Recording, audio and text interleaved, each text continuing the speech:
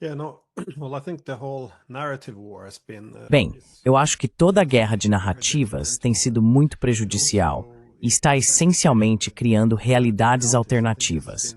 Acho que esse tem sido um problema-chave. É algo que também pode obstruir, é claro, as negociações agora entre os Estados Unidos e a Rússia, mas também a abordagem dos Estados Unidos em relação aos BRICS. Houve um artigo interessante que saiu há alguns dias por George Beebe, o ex-diretor de análise russa da CIA, no qual ele destacou que a guerra de narrativas, o controle de narrativas, tem sido uma grande parte desta guerra por procuração contra a Rússia. E ele argumenta que agora a realidade está vencendo porque existe uma realidade objetiva.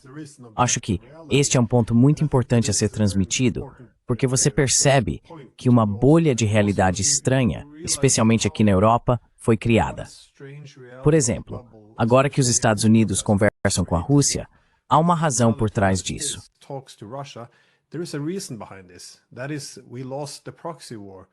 Ou seja, perdemos a guerra por procuração e não temos mais armas para enviar. Nossas economias estão quebradas, como você disse, uma derrota estratégica. E a OTAN pode não sobreviver, e o exército ucraniano está enfrentando um colapso iminente. No entanto, na Europa, tudo tem que ser essa simplificação binária de bem contra o mal, essa mentalidade de guerra fria.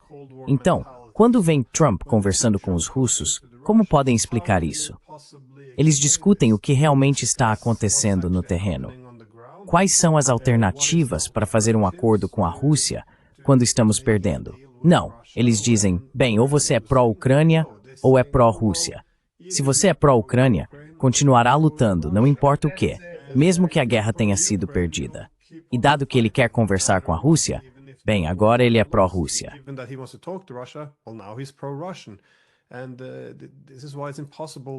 E é por isso que é impossível ter qualquer discurso sensato neste continente. Não há ninguém capaz de discutir as motivações de por que a Rússia invadiu para começar. A única narrativa é, você sabe, ele é o novo Hitler ou quer restaurar a União Soviética. Nossas próprias ações são sempre retiradas da equação. Essa é uma condição. Caso contrário, poderíamos sugerir que foi provocado. É o mesmo que a eleição de Trump. Ninguém poderia imaginar que Trump poderia ser eleito novamente, porque ninguém jamais argumentou por que os americanos rejeitaram Kamala e por que o abraçaram. É o mesmo com as sanções. É tão frustrante que por 3 anos eu expliquei por que as sanções não funcionariam, por que elas teriam efeito contrário e por que a Rússia se tornou imune, porque esta é uma das minhas principais áreas de pesquisa, e não importou.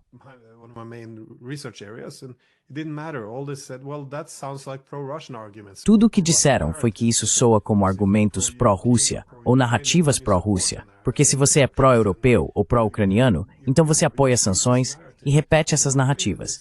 Então criamos essa realidade realmente absurda e falsa.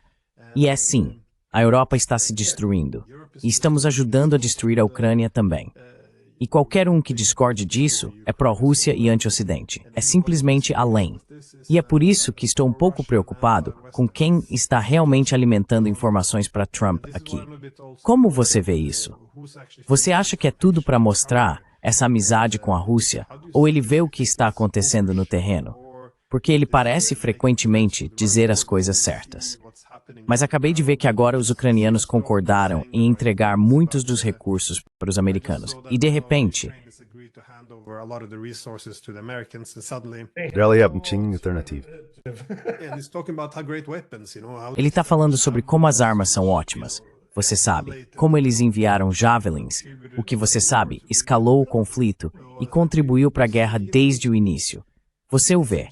Ele é apenas um oportunista muito transacional. Ou você acha que ele tem uma visão estratégica mais ampla de como o mundo está mudando? Porque isso também impactará sua abordagem aos BRICS, eu acho.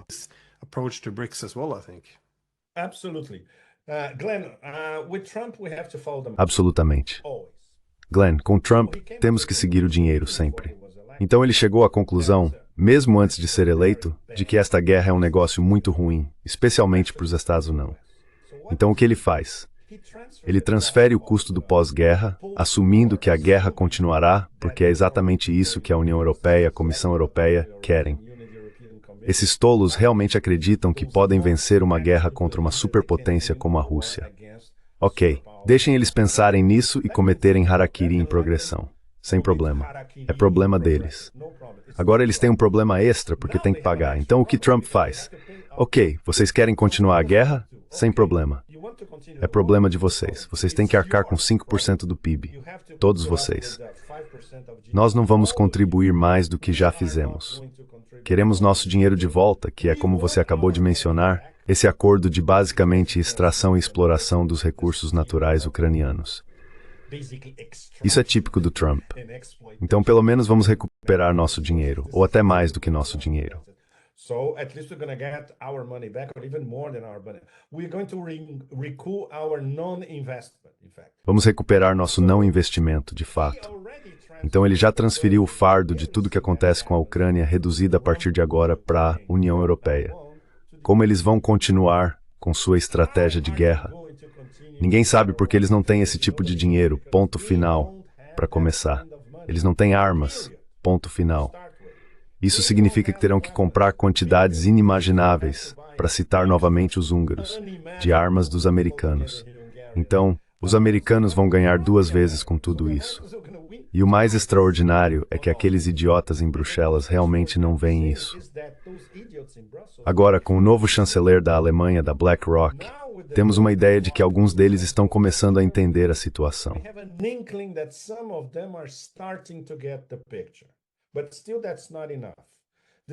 Mas ainda assim, isso não é suficiente. Isso significa que eles terão que reavaliar sua estratégia em relação à Ucrânia porque não podem. Porque, como você acabou de mencionar, essa é uma narrativa inabalável. Eles simplesmente não podem recuar. Caso contrário, não só perderão prestígio, mas serão caçados nas ruas pelos 450 milhões de cidadãos europeus, por assim dizer. Então agora eu diria que estão na última fase de um desespero. Eles têm que arcar com sua política fracassada, se quiserem continuar. Os americanos não se importam com eles, porque Trump já deixou muito claro que eles não estão sentados à mesa.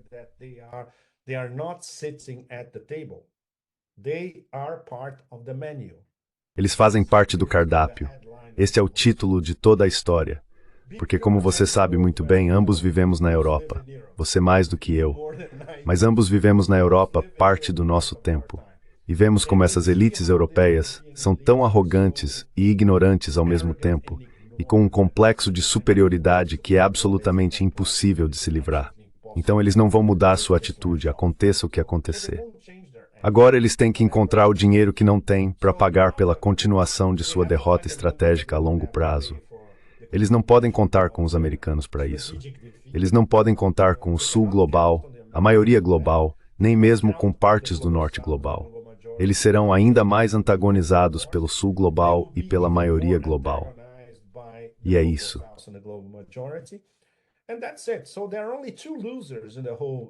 Então há apenas 2 perdedores em todo o projeto da Ucrânia. A própria Ucrânia, que agora está condenada a ser um estado residual, totalmente dizimada economicamente, politicamente, em termos humanos, populacionais, você nomeia, e a União Europeia e a OTAN, o que eventualmente levará à dissolução, eu diria, simultânea de ambos. A UE e a OTAN, provavelmente em paralelo e provavelmente ao mesmo tempo e mais cedo do que pensamos.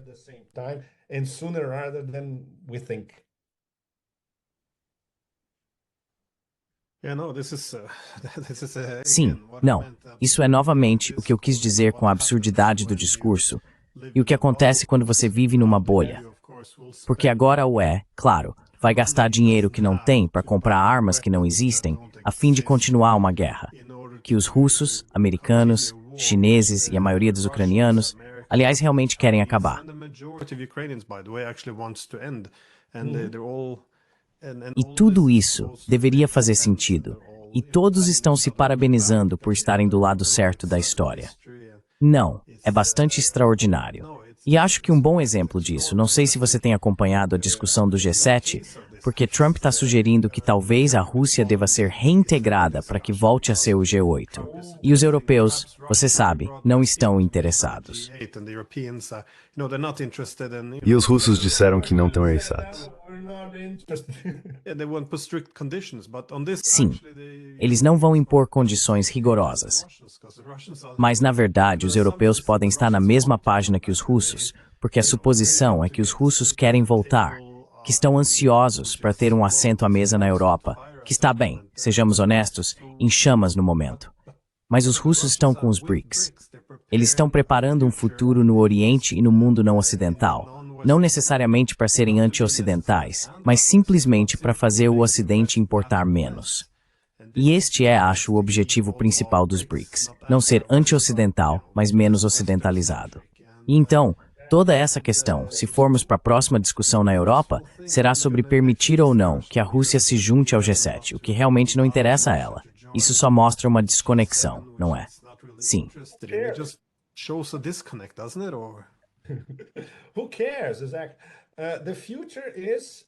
Quem se importa? O futuro está na Eurásia, ou no que poderíamos chamar de Afro-Eurásia. E esse BRICS expandido, BRICS intercontinental expandido é isso, com toda aquela lista enorme de países que também querem se tornar parceiros. A lista continua. Ainda são 30 e poucos, provavelmente mais de 40 agora. E eu diria, além de impossível explicar para as elites transatlânticas atlanticistas que há um novo paradigma em jogo, eles nunca vão admitir isso porque, se admitirem, terão que admitir primeiro que os últimos aproximadamente 250 anos de dominação ocidental descontrolada do planeta acabaram. E segundo, que sofreram uma grande derrota estratégica pela Rússia em Novorossia, quando pensaram que destruiriam a Rússia e depois saqueariam todos os recursos russos. Eles acreditavam profundamente nisso exatamente 3 anos atrás. Todos nós lembramos disso, certo? Então, você pode imaginar admitir tudo isso ao mesmo tempo, Glenn? So can you imagine admitting all that at the same time, Glenn? It's humanly impossible for people. É humanamente impossível para pessoas que estão acostumadas a dizer é do nosso jeito ou nada feito. E agora elas estão no meio da estrada como animais atropelados. Assim mesmo, história.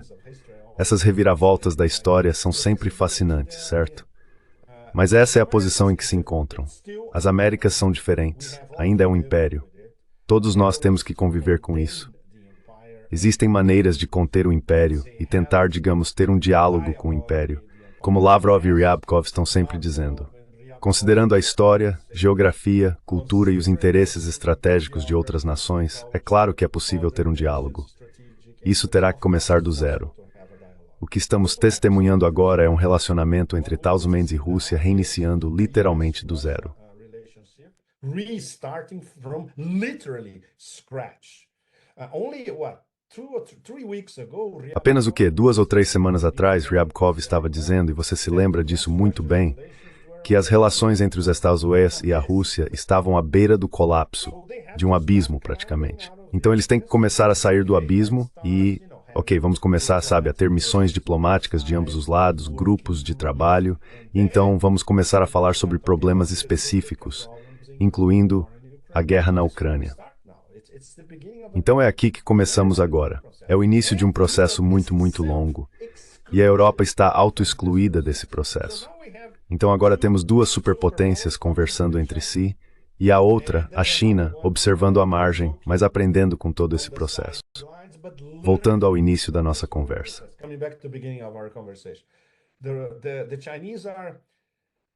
Os chineses estão, podemos dizer, fascinados com o que estão prestes a aprender sobre essas reviravoltas, porque eles são os próximos. E eles sabem que são os próximos. Trump diz que a grande ameaça estratégica e a grande batalha é contra a China, e as pessoas ao seu redor também. Eles são todos xenófobos, essencialmente. Então é aqui que estamos no momento, o começo de um longo caminho. E o aspecto mais fascinante é que a Europa não está em lugar nenhum.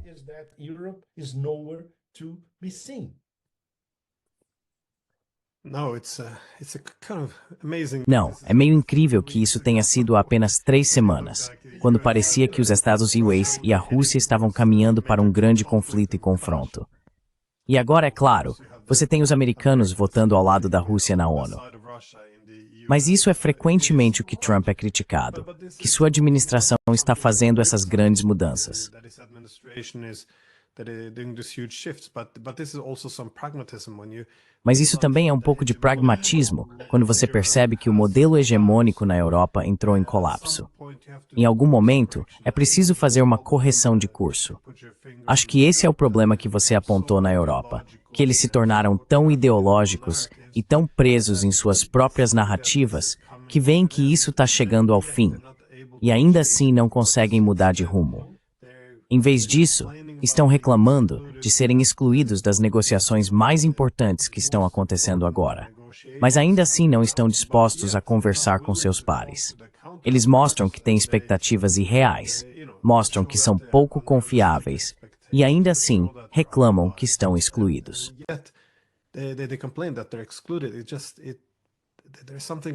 É apenas algo muito estranho em como eles estão se tornando irrelevantes. E há também o que você sugeriu, que eles costumavam ser os sujeitos do sistema global por tanto tempo, os que moviam todas as peças. Eles não percebem que foram rebaixados a objetos, que não estão sentados à mesa com a América. Eles estão sendo movidos como peças. E eu me lembro que escrevi um livro em 2021, bem, pelo menos publicado, Kavsim Europe Ministry Thalfkorning the Gnistorjas. Sim, eu li este livro e adorei. Você foi o único a conceituá-lo dessa forma, Glenn. Ninguém mais estava fazendo isso. Eu me lembro muito bem.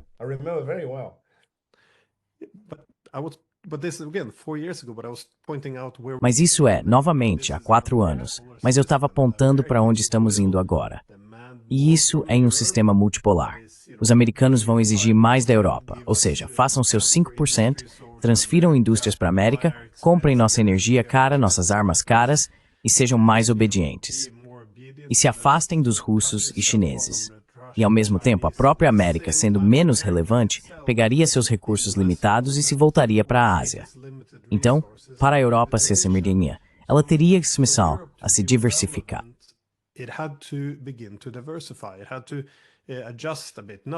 Teve que se ajustar um pouco. Não para cortar relações com a América, claro que não, mas também para aceitar que com essa enorme integração eurasiática ocorrendo, eles precisam encontrar sua posição em um sistema multipolar, em vez de se isolarem nesses esforços para restaurar a ordem unipolar. E novamente, eles simplesmente fizeram tudo errado e estão se tornando cada vez mais irrelevantes. E como europeu, realmente me dói ver essa insensatez. E novamente, este foi um continente onde, você sabe, Henry Kissinger nasceu. Este é o lugar onde a diplomacia e a geopolítica foram quase inventadas. E aqui estamos nós. É bastante extraordinário. De qualquer forma, estamos quase sem tempo. Você tem algum pensamento final? Sim. Não, deixe-me fazer uma pergunta. Estou morrendo de vontade de te fazer essa pergunta, Glenn. Como você interpreta o sonho dos países bálticos de transformar o Mar Báltico em um lago da OTAN?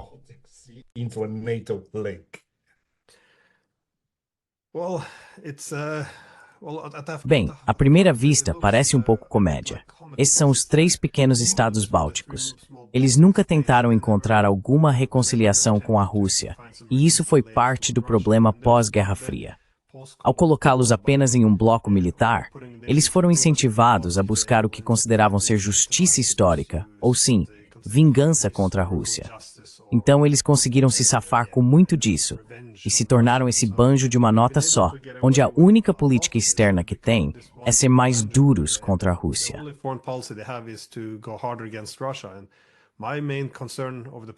E minha principal preocupação nos últimos 3 anos é que aprendemos todas as lições erradas. Em vez de provocar a Rússia, dissemos a nós mesmos que, oh não, os estados bálticos estavam certos o tempo todo.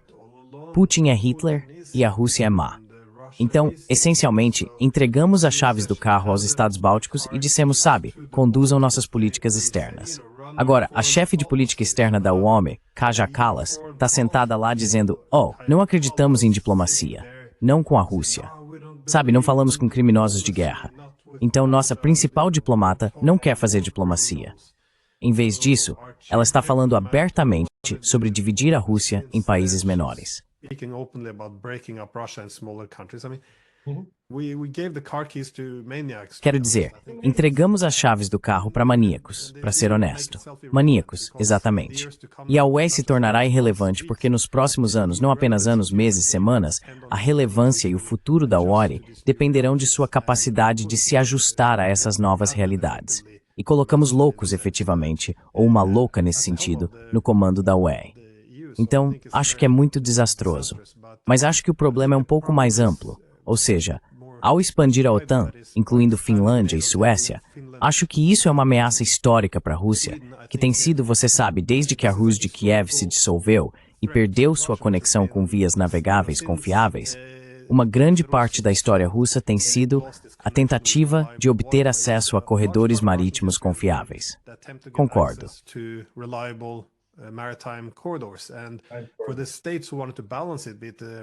Para os estados que queriam equilibrar isso, sejam os britânicos ou americanos, a estratégia sempre foi impedir que isso acontecesse. Então o que vejo agora é bastante preocupante porque, ao militarizar a Escandinávia, na medida em que tem feito agora, novamente, não sei para onde as coisas vão, mas eles vão confrontar os russos no Ártico. Eles tentarão impor um bloqueio.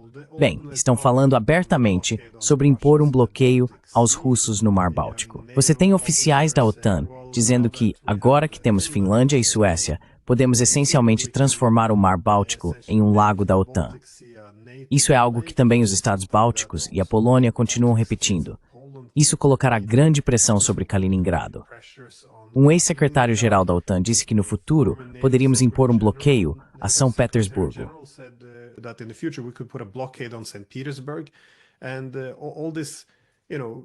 E tudo isso, você sabe, e eles acham que isso é segurança. Agora temos essa grande arma, podemos colocá-la até a cabeça da Rússia. Agora temos segurança. O que esperamos que a Rússia faça? Eles vão capitular? Quero dizer, isso é o que a guerra na Ucrânia foi em grande parte sobre também, ou seja, expulsar os russos do Mar Negro. E esses são os três principais mares que os russos têm a oeste. É o Ártico, é o Báltico e é o Mar Negro.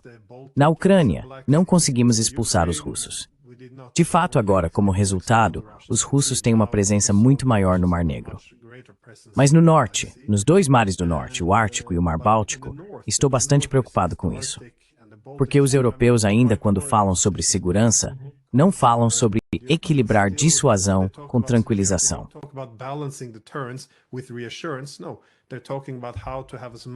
Não, eles estão falando sobre como ter o máximo de poder de fogo possível, as maiores ameaças possíveis à Rússia. Sim, e isso é um desastre, eu acho, especialmente neste momento em que o sistema unipolar está se desintegrando e agora temos que reconceituar a segurança, levando em consideração as preocupações de segurança de nossos oponentes.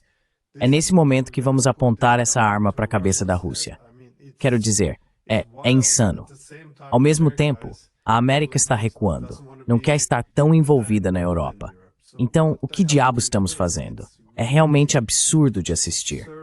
Estou tentando entender qual é o bom senso por trás disso, mas quando ouço nossos políticos aqui na Escandinávia, é só baboseira. É apenas um discurso emocional sem sentido, e qualquer um que discorde deles é um fantoche maligno de Putin. Quero dizer, é muito perigoso o que estamos fazendo agora.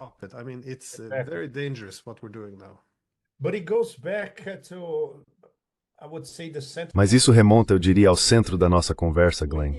Quando você tem uma mulher insana encarregada da política externa da UE, representando 400 milhões de cidadãos europeus, eleitores, contribuintes, isso lhe diz tudo o que você precisa saber sobre como a Comissão Europeia, que é aquela organização kafkiana em Bruxelas, funciona.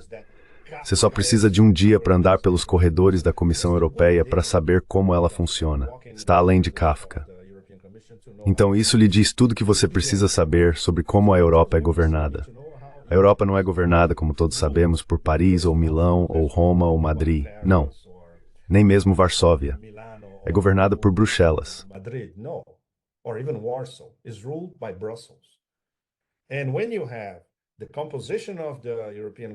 E quando você tem a composição da Comissão Europeia, o caso de Carlos, os que a precederam, que eram ainda mais estúpidos, além da porta giratória na OTAN, onde você tem de um norueguês a um holandês, fica ainda pior e ainda mais desconectado da realidade.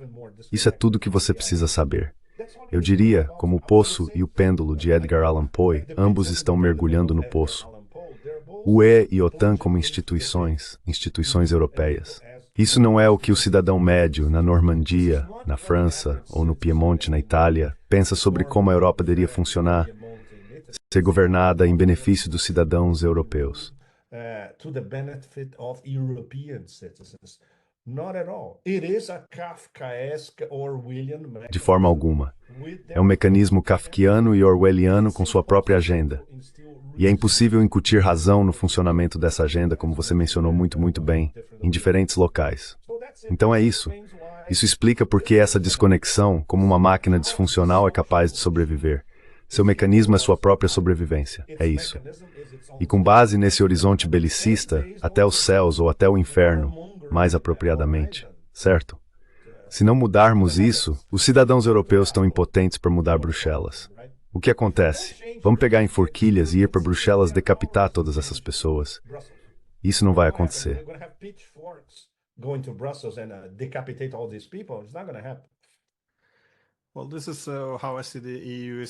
Bem, é assim que vejo a UE se tornando irrelevante.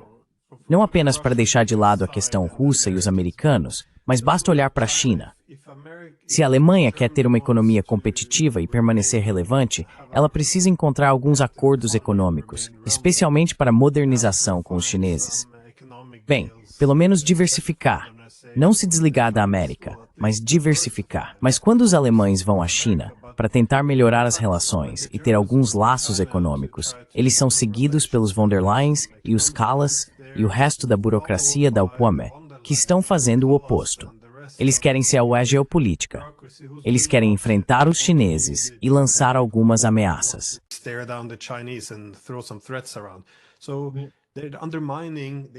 Então, eles estão minando os interesses dos Estados-membros. E é por isso que é tão perigoso. Em algum momento, os alemães, se quiserem ser relevantes, têm que reconhecer que a UE não está lhes fazendo nenhum favor. O principal objetivo da UE era criar poder de negociação coletiva para que pudéssemos vir de uma posição de força para lidar com os chineses como iguais. Em vez disso, temos a UE tentando imaginar alguma rivalidade de grande potência do século XIX com os chineses, encarando-os, fazendo-os aceitar nossa superioridade e nova unipolaridade. É simplesmente sim, além de absurdo. Mas de qualquer forma, Pepe Escobar, muito obrigado pelo seu tempo. Pepe Escobar, thank you so much for your time. Foi um prazer. Poderíamos continuar por mais algumas horas. Obrigado. Foi bom ver você novamente. Good to see you again. Good to see you. Cheers. Saúde. Espero te ver em breve. Tchau. Obrigada. Tchau.